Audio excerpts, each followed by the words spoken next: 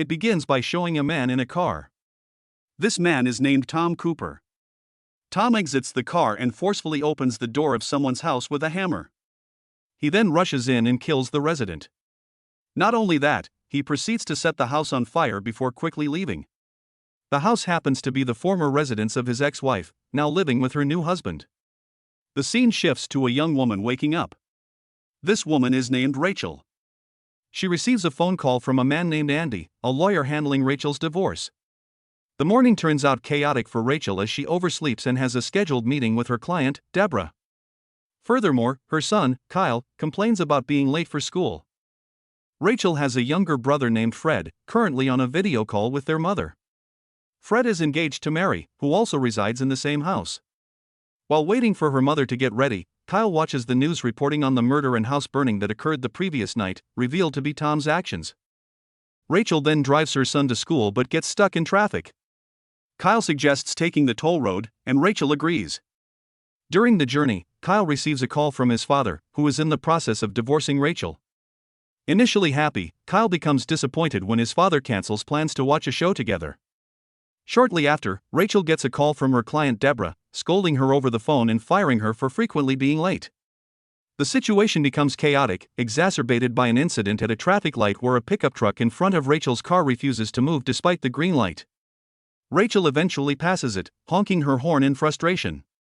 At the next red light, the pickup truck approaches Rachel's car. It was Tom Cooper. This is where the nightmare begins. Tom asks Kyle to roll down the window. Initially, Tom is quite polite, teaching Rachel a more courteous way to use the horn with other drivers. However, Rachel responds with a high tone, stating that she honked loudly because he remained stopped despite the green light, and she had honked several times before. Tom admits his mistake, explaining that he was daydreaming due to having a bad day. He apologizes to Rachel.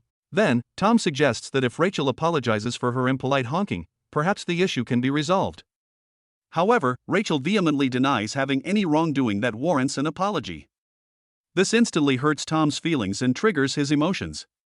He remarks that Rachel seems not to truly understand what it's like to have a bad day but assures her that she will learn soon because she is about to experience it, says Tom.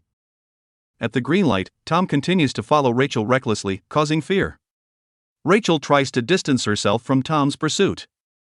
Upon reaching the school, Kyle exits the car and goes to class.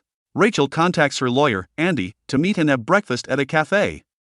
On the way there, Rachel stops to refuel and shop. To her surprise, she sees Tom's car right behind hers when she looks outside. However, a man offers to accompany her, ensuring her safety in case Tom does anything. They head towards Rachel's car, but as she starts to leave, Tom unhesitatingly crashes into the man and continues chasing Rachel. Realizing she's still being pursued, Rachel panics and tries to find her phone, only to discover that Tom has taken it. From Rachel's phone, Tom discovers that she will meet her lawyer at a cafe. Tom heads to the location and meets Rachel's lawyer, claiming to be Rachel's friend. Andy had tried calling Rachel multiple times with no answer, prompting him to consider leaving. However, Tom stops him and asks him to contact Rachel using Andy's phone. Unbeknownst to Andy, Tom calls his own phone, which he had placed in Rachel's car. While talking to Rachel, Andy mentions that he is with his friend Tom. Tom requests Andy's phone, and despite Rachel's attempts to explain that Tom is not her friend, the phone ends up in Tom's hands. Tom asks Rachel to come to the location quickly. When Andy realizes something is amiss, he tries to retrieve his phone from Tom. Hearing this over the phone, Rachel asks what Tom has done. Tom reveals that Andy is dead and leaves the cafe. On his way, he instructs Rachel to choose one contact in his phone to be the next victim. Here, we see that Tom's method of hurting Rachel is indirect, inflicting emotional pain by harming those around her, including her family. When pressured to select the next victim, Rachel initially chooses herself, but Tom refuses to carry out that request. Eventually, Rachel selects Deborah, the woman who fired her earlier that morning. Rachel contacts 911 to report an emergency at Deborah's house. However, unexpectedly, Tom goes to Rachel's house. Rachel's brother, Fred, watches the news about Tom's murders. Fred tries to call his fiancée with no response. Peering out the window, Fred sees a car identical to Tom's in the news. Feeling threatened, he grabs a knife and stays vigilant inside the house. However, Tom is already behind Fred, holding his powerless fiancée, and repeatedly pushes her body onto Fred's knife until she dies. Rachel, who was at the school to pick up Kyle, is suddenly shocked by a photo from Tom showing him with her brother. During the journey, Rachel is contacted by Tom again. Shortly after, the police arrive.